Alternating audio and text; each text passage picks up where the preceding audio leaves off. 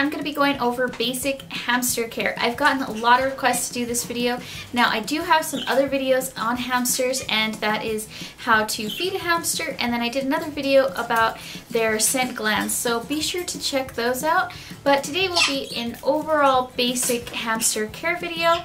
And if you are new here, be sure to subscribe because I do put out 2 new videos about animals every week. Now there are different types of hamsters, and there is the large hamster, which is the Syrian hamster. And these go by different names in pet stores. Sometimes they're called panda hamsters if they're like the little black and white ones, and then sometimes they're called teddy bear hamsters, and sometimes they're long-haired teddy bear hamsters if they have that long hair.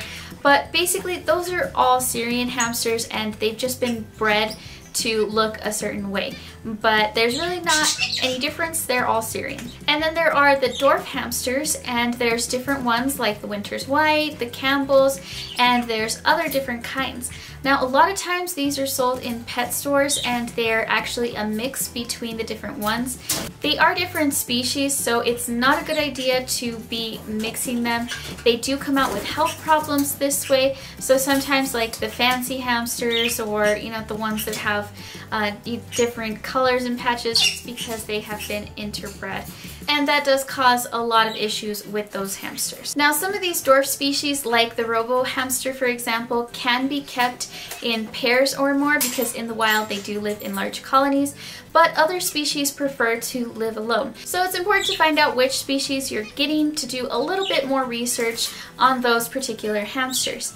Now the Syrian hamsters do prefer to live alone, and you should only get one because with more than one they become very stressed and they're just happier by themselves. The most important thing to do when buying a cage for your hamster is to not buy a cage at a pet store.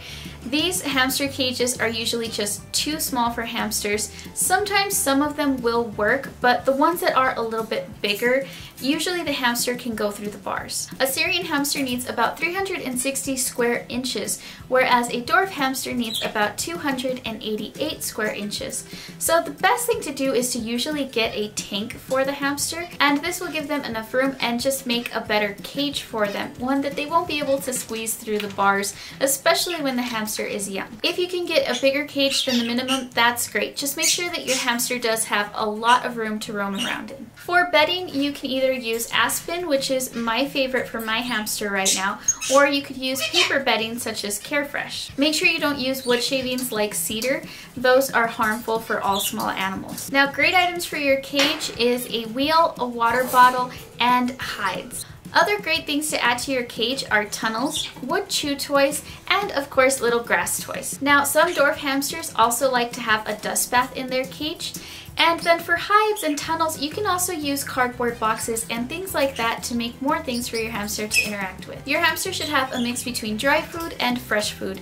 And I did make a video just on how to feed a hamster and the type of foods that are best for them, so be sure to check that out and you'll be able to find it right there in the iCards. Now handling your hamster will really depend on your hamster's personality. Some hamsters like to be handled and some never like to be handled, but it is easier if you start at a young age. Now one thing to try to avoid is the plastic balls for hamsters.